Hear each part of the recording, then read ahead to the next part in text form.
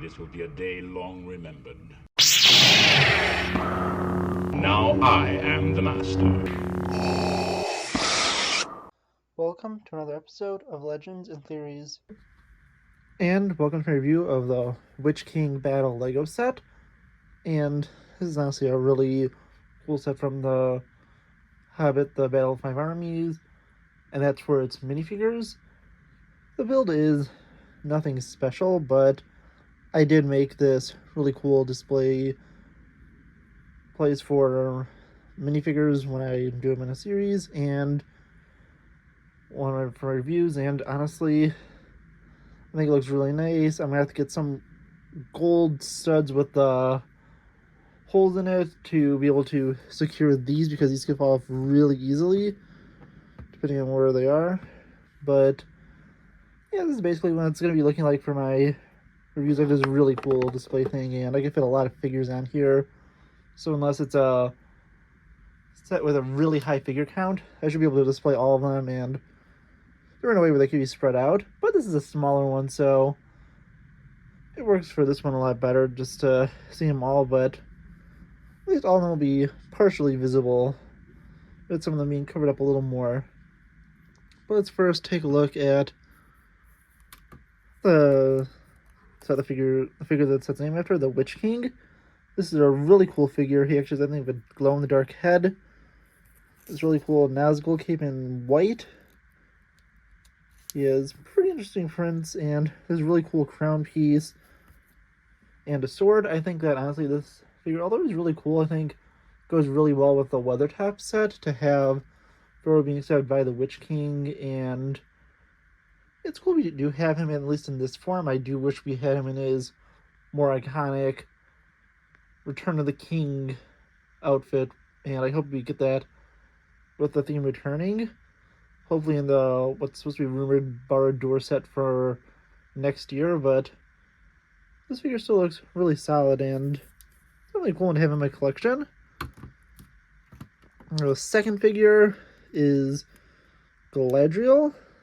This figure looks really amazing. I actually did have to get a second one of this figure because the one I had, the head print was so messed up. And I think the figure was just like, generally expensive, so I just went and got the entire figure back because I lost some of the parts to that figure. I did have the torso, but I needed to at least get the dress and probably the hairpiece back, or look for these forever, and honestly I decided to get the figure completely back.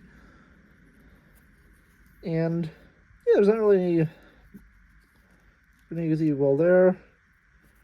She has two different head prints. The other one is her kind of going nuts when she has the ring off it or using her full power. And she looks really cool, and yeah, honestly, really nice figure. The final figure is Elrond in his Battle of Five Armies appearance, and he looks really cool. I think that this figure could have benefited from also including Saruman in it, since he's the last figure really missing from that scene. I actually do have an extra one from my old version of the Wizard Battle set, which I lost most of the pieces to and just got a second time because it was like really cheap at a place I saw it. So this Elrond looks really cool. Has printing on both sides and this really cool, nice cape. He isn't the best version of Elrond. Honestly, I think that's probably the Rivendell one is the best generally, besides I think having this crown piece, which is just better for this one. And that's what these versions of Elrond really have over the other ones, but I will do a comparison video pretty soon comparing the two versions. And yeah, honestly, this is a really cool set and has really cool figures. But I will be now moving on to the build of it. And the build is honestly really cool. It is this little tree that's set outside of Dol Guldur, and you can just put it by the set if you really want to. As a nice little add-on. It has some cool details with this. There's this catapult which is launched by this skeleton body. But you can take these two kind of like orange fire pieces and place them in. You could launch it. I'm not really going to do it so I don't lose them.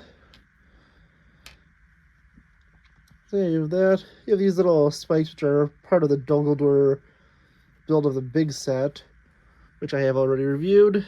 You have this little area here where you could take, for example, the Witch King, place him on, have his sword out, and just kind of have him swinging back and forth. You want it to be in a full motion. It's probably better to have him like this and go like that, so you get a really cool stabbing motion.